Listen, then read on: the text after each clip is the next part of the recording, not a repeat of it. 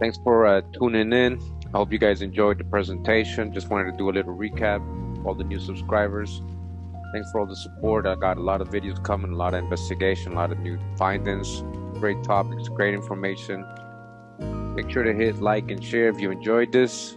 Thanks for being here once again. Awa! Alright, so we're in this book. It's called Ancient America and Notes on American Archaeology by John D. Baldwin, author of Prehistoric Nations. This is from 1872. We're on page 159. It says here, the oldest of civilizations. Some investigators who have given much study to the antiquities, traditions, old books, and probable geological history of Mexico and Central America. All right, so very important. Those who have investigated, those people who have given much study, those who actually do research of the antiquities and the actual traditions and actually research in these old books and probable geological history of Mexico and Central America believe that the first civilization the world ever saw appeared in this part of ancient America. All right, the first civilization of the world. They're not just talking about the Americas, they're talking about the very first civilization. Those investigators who have actually taken the time to study, given much study to these people, to this part of the world, believe and know that this is where the first civilization first ever appeared. Right, in this part of ancient America says, or was immediately connected with it. They hold that the human race first rose to civilized life in America. All right, first civilized life in America. That's the cradle of all in America. Okay, in ancient America, which is geologically the oldest of the continents. I remember, geologically meaning the land is the oldest out of the primordial waters. It's the oldest. They found it. The most renowned geologist, Luis Agassiz, told us. The Mayas, isn't their story? They tell us they came out of the bottom of the sea, their land, Mayak. And it's proven geologically. There's a part in Canada, one of the oldest parts in the world that came out of the water. That's what they're saying according to their science. And that ages ago, the portion of this continent on which the first civilizers appeared was sunk beneath the waters of the Atlantic Ocean. All right, so they're saying something happened. Usually the engulfing of this portion of the land is supposed to have been affected by some tremendous convulsion of nature, and there is appeal to recollections of such a catastrophe, said to have been preserved in the old books of Central America. And it is. We've talked over this. And also in those of Egypt, from which Solon received an account of the lost Atlantis. Now, according to this hypothesis, the American continent formerly extended from Mexico, Central America, and New Granada far into the Atlantic Ocean, toward Europe and Africa, covering all the space now occupied by the Caribbean Sea, the Gulf of Mexico, and the West India Islands. So they're saying that America extended that far. You hear what they're telling you, right? So it was still part of America. and going far beyond them toward the east and northeast. This lost portion, all right, this lost portion of America, remember, it's just an extension of America. This lost portion of the continent was the Atlantis, of which the old annals of Egypt told so much in the time of Solon. They're letting you know this is the actual place they were calling Atlantis. It was just an extension, a lost portion of America. These are the same stories of the old annals of Egypt that Plato told us. And it was the original seat of the first human civilization, the original seat. Just like the Egyptians said that the ancestors, their ancient ancestors, were from a western distant land where the first the people of the earth came about, which after the great cataclysm was renewed and perpetuated in the region where we now trace the mysterious remains of ancient cities. Those desiring to know what can be said in support of this view of ancient America must read the later volumes of Brasseur de Bourbourg, especially his Quatre Lettres sur le Mexique and his Sources de la Historia Primitive du Mexique. So we're going to get this book, we're going to get the full translation, even if we have to translate it from French.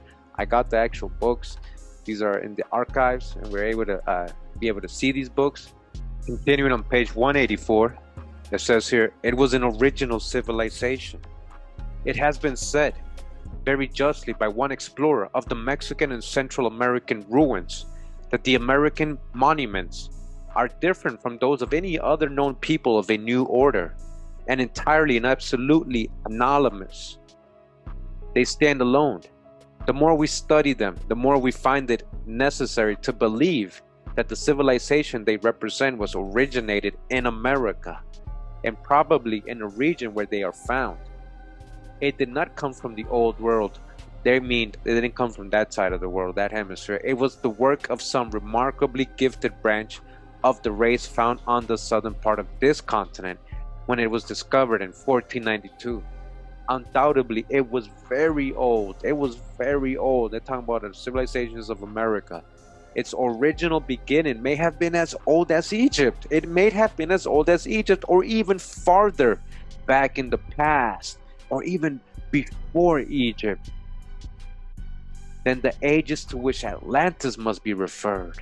And it may have been later than the beginning of Egypt. All right? Who can certainly tell its age? Who's going to tell the age? They don't know. Whether earlier or later, it was original. Whether later, oh, well, we'll discuss that later. No, we're going to discuss that now. It's earlier, and it is original. Its construction seems to have been a refined and artistic development of a style of building different from that of any other people, which began with ruder forms, but in all periods of its history preserved the same general conception. They show us the idea of the mound builders wrought out in stone and embellished by art. The decorations and the writings also are wholly original.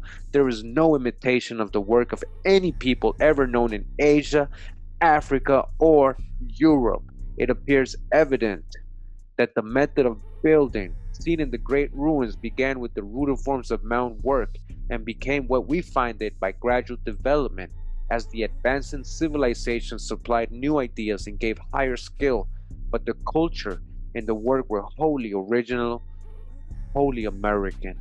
All right, so he's giving a hint that it seems that it started out all with first creating the mounds, right? Creating mounds, and then these mounds became stone buildings.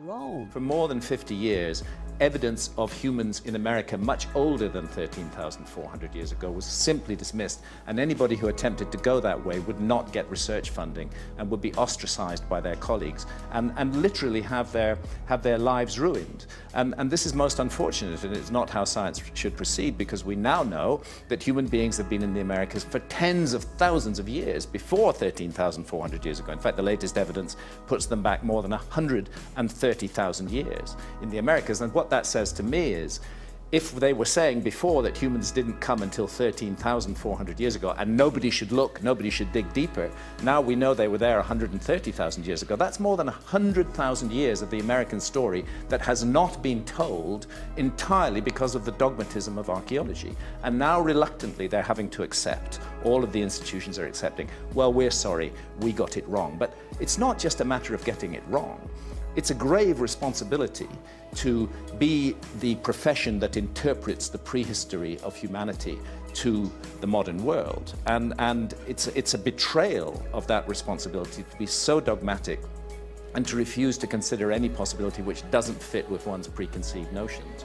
And you know, the net result is that we're left with 100,000 years of North American prehistory, which has been completely unstudied, and they're only now beginning to study it. And the evidence that's coming out, both in North America and South America, is absolutely... We're in this book now. It's called Myths and Symbols, or Aboriginal Religions in America by Stephen D. Pete, PhD. It's part of Prehistoric America, Volume 5, actually. Says Stephen is a member of the American Antiquarian Society, New England Historical and Genealogical Society, correspondent member of the American Oriental Society, Numismatic Society, New York, Victoria Institute, Society of Biblical Archaeology, also editor of American Antiquarian and Oriental Journal. This is from 1905. We're on page 161 of this book, and right here has a great drawing or picture or drawing of the Pyramid of Cholula, a very old one. All right, you see how it looks like a mountain, but that's actual pyramid, one of the biggest in the world. All right, gonna get the video right now to show you, but that says here, the size of the pyramid is to be considered. A comparison has been drawn between the pyramids of America and of Egypt. It has been said that the pyramid of Cahokia and of Cholula are fully equal to those of Giza. The Cahokia, both of those are bigger than Giza. All right, they're bigger. And of Mycerinus. We must, however, distinguish between the horizontal extension of a natural or artificial heap of earth and the elaborate layers of stone, and grant to the Egyptians the more elaborate structures. Right, so he's going to go with them, but it says Cahokia covers 12 acres, but was only 90 feet high, and it is uncertain whether it was natural or artificial. Oh, you still debating it? No, it's artificial. It was built by people. Yes, it's a mound. It's bigger. Cholula is larger at the base than any one of the old world pyramids, larger than any of the old world pyramids. Cholula, larger, over twice as large as that of Cheops, but only slightly higher than that of Mycerinus. All right, but we got the tallest and El Mirador, La Danta Pyramid in Guatemala. That is the tallest structure in the world. All right, I'm going to show you that.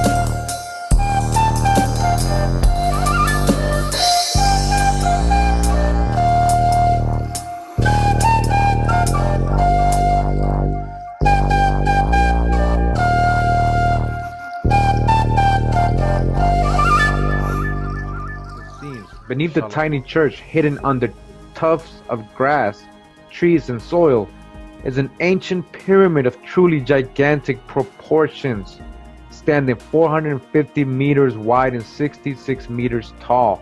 From end to end, the Great Pyramid of Cholula is equivalent to 9 Olympic-sized swimming pools. Alright? It's equivalent to 9 Olympic-sized swimming pools. So how did these trees and soil get over this whole pyramid? Wouldn't that take a long time? This is ancient.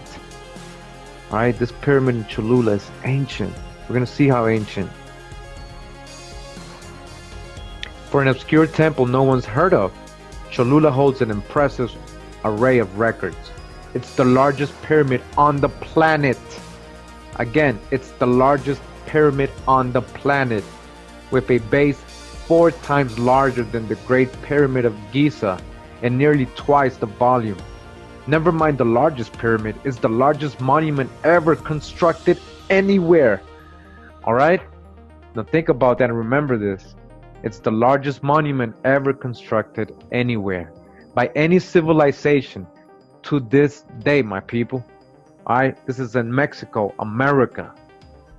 The Great Pyramid of Cholula, also known as Tlachihualtepelt, for made by hand mountain, is a huge complex located in Cholula, Puebla, Mexico. It is the largest archaeological site of a pyramid temple in the New World, as well as the largest pyramid known to exist in the world today. Again, this is the largest pyramid known to exist in the world today. The pyramid stands 55 meters, 150 feet above the surrounding plain. In its final form, it measured 450 meters, about 1,480 feet. The pyramid is a temple that traditionally has been viewed as having been dedicated to the god Quetzalcoatl.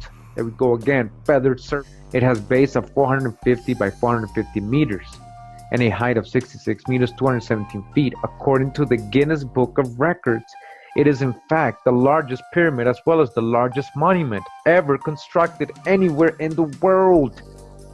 Alright, with a total volume estimated at over 4.445 million cubic meters, even larger than that of the Great Pyramid of Giza in Egypt, which is about 2.5 million cubic meters. Alright, do you want the numbers? Here they are. Alright, what is the largest monument ever constructed anywhere in the world? It's this pyramid right here, the Pyramid of Cholula in Mexico. Alright, so we're gonna get into this journal right here, this scholarly quarterly review. Is called the Foreign Quarterly Review, and this is basically a journal that I was looking for. I kept seeing a reference in a lot of books I was reading as a source. It's right now it's in the Harvard University collection. They're the ones who have most of the collections.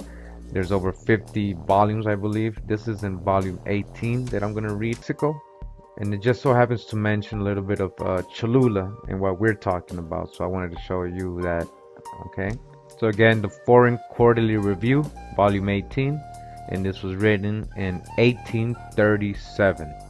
These facts being admitted or established, the question is, do the monuments of New Spain, as displayed in the illustrations of the works under review, correspond with 3 unvarying and identifying characteristics? Our reply is yes, they correspond entirely. Some of the pyramids, as we have said, are larger than those of Egypt. Some of them are different in their model, having somewhat of an Indian character, bearing strong affinity to pyramidal temples still extant in Japan. And it says, see the works of Sir Thomas Raffles for that. The Pyramid of Cholula exhibits a most singular identity with the model of the temples of Belus. Okay, so again, the Pyramid of Cholula exhibits a most singularly identity with the model of the temples of Belus. Belus Jupiter, Bel, Tower of Babel, described by Herodotus, and which by many scholars has been considered to be the scriptural Tower of Babel. All right. It consists of the 8 graduated square towers, each rising above the other, and terminating in a topmost sanctuary, dedicated apparently to the same solar god, but there are more singular analogies between the forms of some of the pyramids of New Spain and some of the most ancient pyramids of Egypt. We're in this book now. It's called The Ancient Monuments of North and South America, second edition by C.S. Rafinsky, AM, Ph.D., Professor of Historical Natural Sciences, member of many learned societies in Philadelphia, New York, Lexington, Cincinnati, Nashville, Paris, Bordeaux, Brussels, Bonn, Vienna, Zurich, Naples, and the American Antiquarian Society, the Northern Antiquarian Society of Copenhagen. The Mexican antiquities have lately been illustrated in many splendid works by Anglio, Kingsborough, Dupax, Baradan, St. Priest, Nebel, Icaza, Gondra, Waldeck. In an clever review of these works in the Foreign Review, it is distinctly asserted that the Toltecans, the people of Toul, or Tol, right? People of Tol, or American Atlantes, the American Atlanteans, what?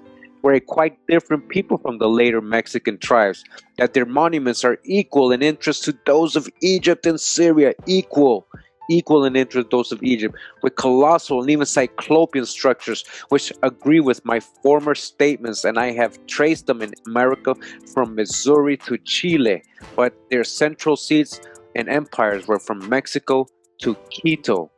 Their great temple of Otulum near Palenque was equal to Solomon's temple. Their mythology was quite peculiar and Asiatic. Their man deity was Hun Aku, first cause comparable to Anuki, the Syrian Cybele. Their astronomy was antediluvian, the year of 360 days of 18 months of 20 days. All right, so quickly I want to read from this newspaper article that I found. It was from it says here, the Kansas City Journal, from Monday, October the 12th, 1896. And the title is Prehistoric Man, the Human Race and Its Dispersions. How long has the earth been peopled, and when and where was the beginning? All right, so we've been doing a lot of research, right? Correlating a lot of things that, America is the true old world. All right, more and more evidence is just going to keep coming out. We're just going to keep finding all these investigations, studies, articles, documented, recorded, historical chronicles, and information, right, that existed that never was taught to us. All right, so this is one of those. All right, so let's see what they have to say in this article. All right, because we are talking about a lot of Egyptian resemblances here in America, and the truth is that this is the source, this is their origins, and that's why there is some resemblances here to all the old world civilizations. We have all that here. All right, it's not just like we're similar to Egyptians or we're similar to the Hindu or all that. It's everything, because this is the source. So from here it's spread out to the rest of the world. All right, so let's see what they say right here. All right, so I'm just going to belly flop to this part of the article, and it says, after correlating all data that have been made public to the present time, all right, the conclusion is unavoidable that the oldest civilization was in the Yucatan and Central America. All right, again, the Kansas City Journal in 1896 wrote this. They're telling you that if you really do the research and you start compiling all this information, all this evidence, it's unavoidable, all right, that the oldest civilization was in the Yucatan and Central America. Future discoveries may change this conclusion. It seems that Egypt was first peopled by immigrants from the Yucatan. Say what? It seems that Egypt was first peopled by the immigrants from Yucatan. Space will allow only a few facts that clearly indicate the truth of this assertion. First, the pyramids of Yucatan are some of them much larger than any found in Egypt. All right, much larger than any found in Egypt. That of Cheops not accepted. All right, and Giza. Second, the pyramids of Egypt bear structural evidence of having been modeled on those of Yucatan, notably of the one at Coloma, which covers 23 acres. Third, the early Egyptians and the Mayas of Yucatan had the same system of reckoning time, but the Mayas developed a system that was far superior. Again, we got that in the Foreign Quarterly Review, right? Far superior or excelled, in which antedates that of Egypt is older than Egypt. All right? Fourth, the Mayas manufactured cement that was of the same material as that of ancient Egypt. Fifth, the architecture of Yucatan is of the same general type as that of an ancient Egypt, but it is finer and seems to have been the model that the Egyptians attempted to imitate. They attempted to imitate our models from here, America. Six, the art of both countries, as displayed in their ceramics and architecture, is of the same type or school, that of Yucatan, being much more highly developed. All right, again, this was an article written in the Kansas City Journal, Monday, October 12th, 1896, if you want to look it up. Prehistoric man, they're telling you straight up in this article back in 1896 that we were the source, we were the cradle of civilization, and we went and colonized Egypt over there, just like Thoth told us in Atlantis, the emerald tablets, right, and the green emerald tablets, right? He told us he went over there, right, to the sons of Chem. All right, and we got the Masonic book on the last video, right? What did it tell us? That this is the original Egypt. And when we're talking about prehistory, we're talking about America. That's the Masons. That's one of their most sacred books, Ancient Mystic Order. All right. We're in this book real quick. It says Views of Ancient Monuments in Central America, Chiapas, and Yucatan by F. Catherwood Art. It says here the Mexican temples were called teocalli. They're talking about the pyramids, the teocallis, or houses of God. Remember that Memphis, Egypt, Aegyptus means house of Ptah or house of Ptah or temple of Ptah, right? House of God. Same thing. And the Mexican temples were called teocallis, houses of God, and were very numerous. There were several hundreds in each of the principal cities, several hundreds, many of them doubtless very humble edifices. They were solid masses of earth, brick, or stone, and in their forms somewhat resembled the pyramidal structures of ancient Egypt. The bases of many of them were several hundred feet square, and they towered to a height of more than 100 feet. They had staircases leading from the base to the summit, on which stood the temple with altars on which fires were kept as indistinguishable as those in the temple of Vesta. There were said to be 600 of these altars on smaller buildings within the enclosure of the great temple of Mexico, which with those on the sacred edifices in other parts of the city shed a brilliant illumination over its streets through the darkest night. And we continue, says here, at Ocosingo. Ocosingo is actually an archaeological site. It's a pyramid, Ocosingo Pyramid. I'm gonna show you how complex, how big it is, how massive this construction is. It says at Ocosingo, we met with the arch before alluded to, with the usual accompaniments of mounds and terraces, and an ornament over one of the doorways, not unlike the winged globe of Egypt. Just like the wind globe of Egypt in the archway, the same symbol found in Ocosingo. All right, so first of all, what is the wind globe of Egypt, right? The globe and the wing, right? We see that in the doorways and a lot of these so-called temples or pyramids, right, in Egypt, right? The globe and the wings. Now, Ocosingo, right? Ocosingo. Let me show you how complex this is, all right? Hold up, all right? This is Ocosingo right here.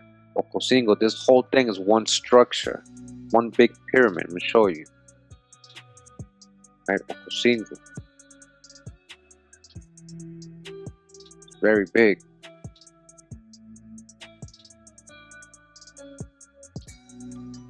Ocosingo.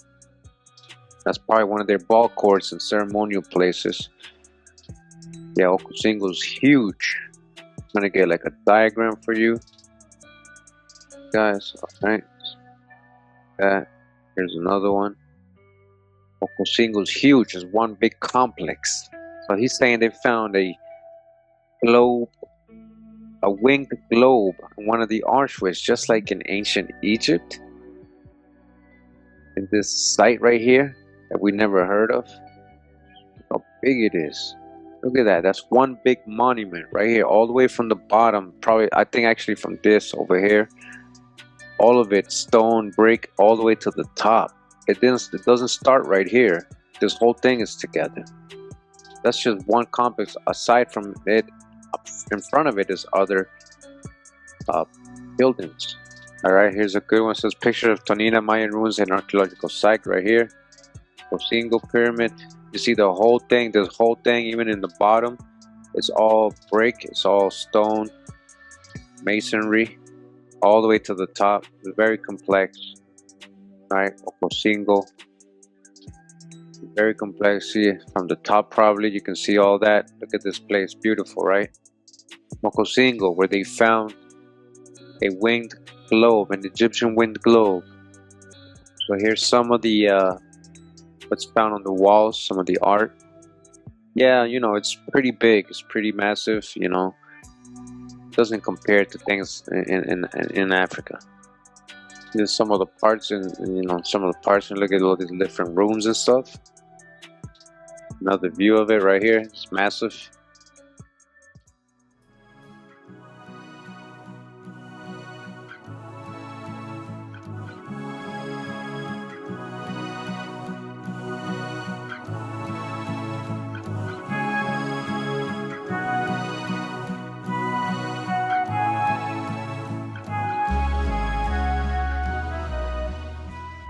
Just real quick, we're in the Smithsonian Magazine website. It says here, El Mirador, the lost city of the Maya, now overgrown by jungle. The ancient site was once the thriving capital of the Maya civilization. Real quick, right here it says, see that there? He said, pointing to a slightly raised and darker line of trees. That's a causeway. There's a plastered roadbed under there, 2 to 6 meters high and 20 to 40 meters wide. Exactly, it's called White Road. It runs for about 12 kilometers from Mirador to Nagbe. It's part of the first freeway system in the world. First expressways, freeways, all right? Mirador was known in the pre-classic as the Khan Kingdom, the Khans, all right? The Khan, priest kings, the Khan Kingdom. Khan meaning snake, the feathered serpent, Quetzalcoatl, the plum serpent, right? The Khans and the kings of Halakmul refer to themselves as the lords of Khan. Khan snake, snake people, snake deities, that's the Nagas that went over to India. Not as the lords of Chiknab, which is the original name of Kalakmul, Hansen says, so the Khan kingdom. We came to the first tier of La Danta Pyramid, a high forested platform of cut stone and rock fill that was some 900 feet wide and 2,000 feet long and covered nearly 45 acres. We calculate that as many as 15 million man-days of labor were expended on La Danta, Hansen said. It took 12 men to carry each block. Each one weighs about 1,000 pounds. We've excavated 9 quarries where the stones were cut, some 600 to 700 meters away. So he's given his theory how they build it, right? Men carrying blocks. Before long, we mounted another platform. It was about 33 feet high, also, and covered about 4 acres. All right, these are different platforms. This is all limestone. This ain't like the Pyramid of Giza. That's tiny compared to this. Different platforms with different acres. This is all limestone, and they had their own temples in these different platforms. All right, the trail led to a set of steps that climbed to a third 86-foot high platform that served as the base for a triad of an impressive central pyramid flanked by 2 smaller pyramids, a formidable sight with its vertiginous staircase bisecting the west face. You don't find the triadic pattern before about 300 BC, Hansen said. We hiked around the base of the upper platform and climbed a cantilevered wooden staircase that zigzagged up near vertical east face of La Danta, which plunged more than 230 feet to the jungle floor. Wow, said Joanna. The summit was the size of a decent home office. I mean, you could actually stand up there. It's not like the pyramids of Giza, it's all pointy, those pointy. There was a surveyor's benchmark embedded in the limestone, a fence to keep you from tumbling off the east precipice, and a big leafy tree that from afar stood out like a tasseled toothpick, pinned to a club sandwich. After concentrating so long on the ground, verifying that roots weren't snakes, it was a great pleasure to lift my eyes to infinity. It was boggling to think we were standing on the labor of thousands of people from antiquity, and to imagine their vanished metropolis, the businesses of the city, such as it might have been on a day like this. Can you imagine? He's saying, imagine that. The spiritual and ideological imperatives that lifted these stones, the rituals that might have occurred at this sacred spot, everything from coronations to ceremonies in which priests and kings, all right, the khans, the kings, the Marukans, would draw blood from their genitals to spill onto the paper and burn as sacrifice to the gods, all right? This is according to her. That's the hijack. To the west loomed the forested silhouettes of the tiger or tigre complex, where high on the pyramid, Hansen and his team have found skeletons with obsidian arrow points in their ribs, possibly casualties of an early Kazakh period battle that wiped out remnant inhabitants of the abandoned capital. Also visible were the outlines of the Monos and Leon pyramids, which, along with Tigre and La Danta and the administrative complex known as the Central Acropolis, made up some of the oldest and largest concentrations of public architecture in all of Maya civilization, and that's in all the world.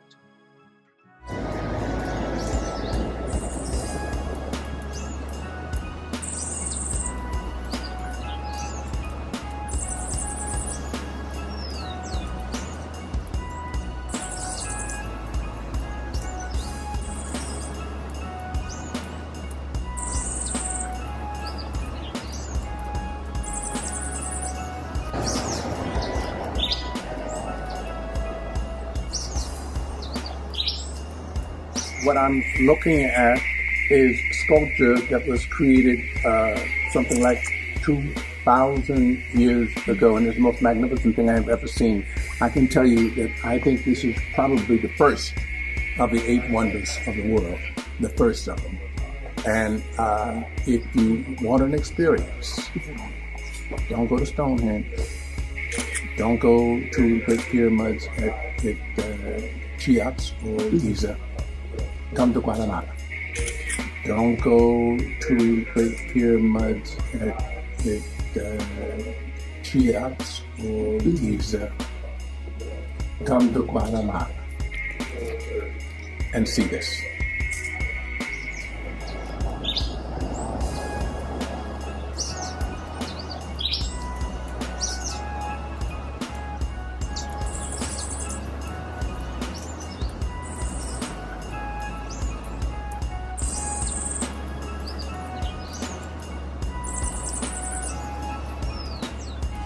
Guatemalan archaeologists are making a fascinating discovery. Let's go to CNN's Brooke Baldwin. She traveled to Mirador and came back with an amazing story. Brooke, tell our viewers what's going on. Wolf, I think I'm officially an archaeology geek. Our CNN crew, we're the first TV camera actually in the world to shoot the face of what may be the world's largest pyramid by volume. This pyramid, it is covered by the canopy of the jungle. It is currently facing several threats. From the air, it looks like just jungle, but these forests in Guatemala hide an ancient secret. The city of Mirador, often referred to as the cradle of Mayan civilization, the size of a modern-day metropolis. This is no mountain. It's a pyramid, and according to the Mirador Basin Project, it may be the largest pyramid by volume in the world. CNN is traveling with the project's director and lead archaeologist, Richard Hansen, and the founder of the Global Heritage Fund, Jeff Morgan. The Pyramid La Danta is a structure the world should know because it represents an investment of labor unprecedented in the world history. Every single stone in that building, from the bottom to the top, was carried by human labor.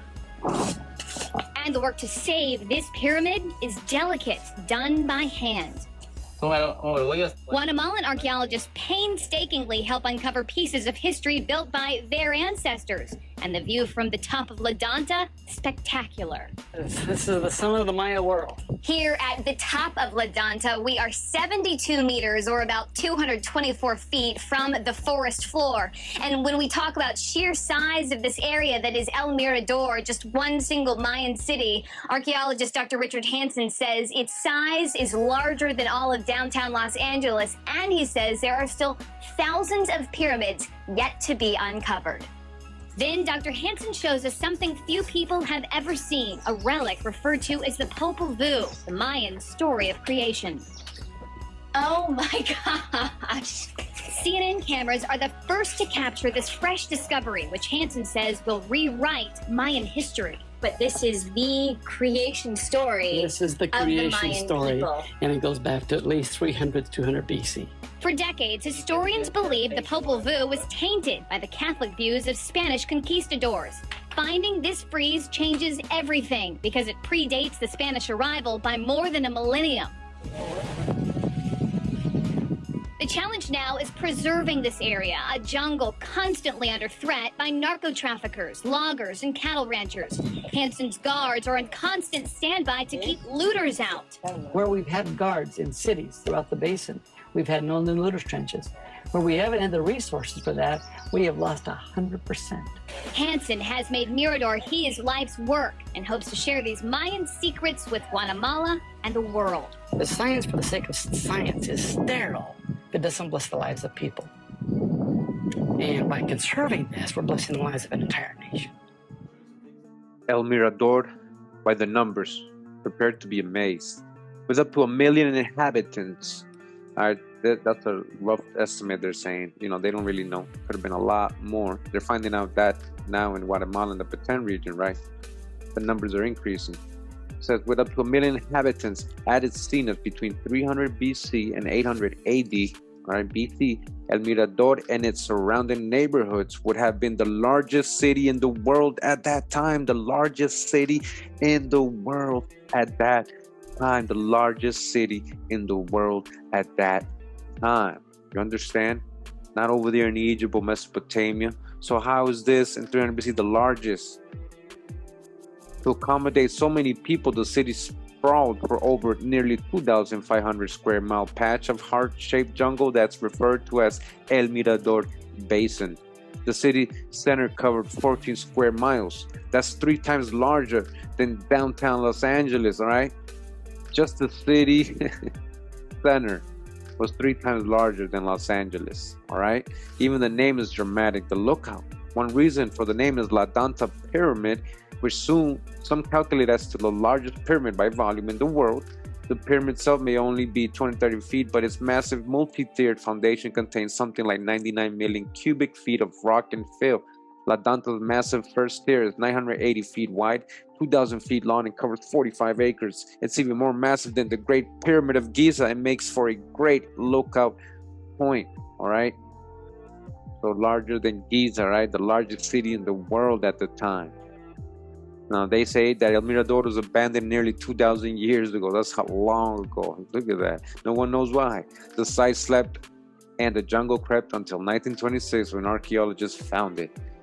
Most of this huge city remains unexcavated, and there are signs of scientists at work all over the El Mirador site. Plastic parts protected fresh finds. Rough chests were packed with tools and supplies, but the jungle still owns most of El Mirador, and to the untrained eye, the site can seem like just another patch of jungle, save for La Danta and El Tigre pyramids, which rise above the jungle canopy in a way that even a layman can see is the work of man. Actually, many thousands of men. It's estimated that it took 15 million man days of work to build La Danta. All right, so he's saying it's all over the place. And honestly, the guy who was the tour, one of the local tours, said that only 2% of it has been excavated. Only 2%.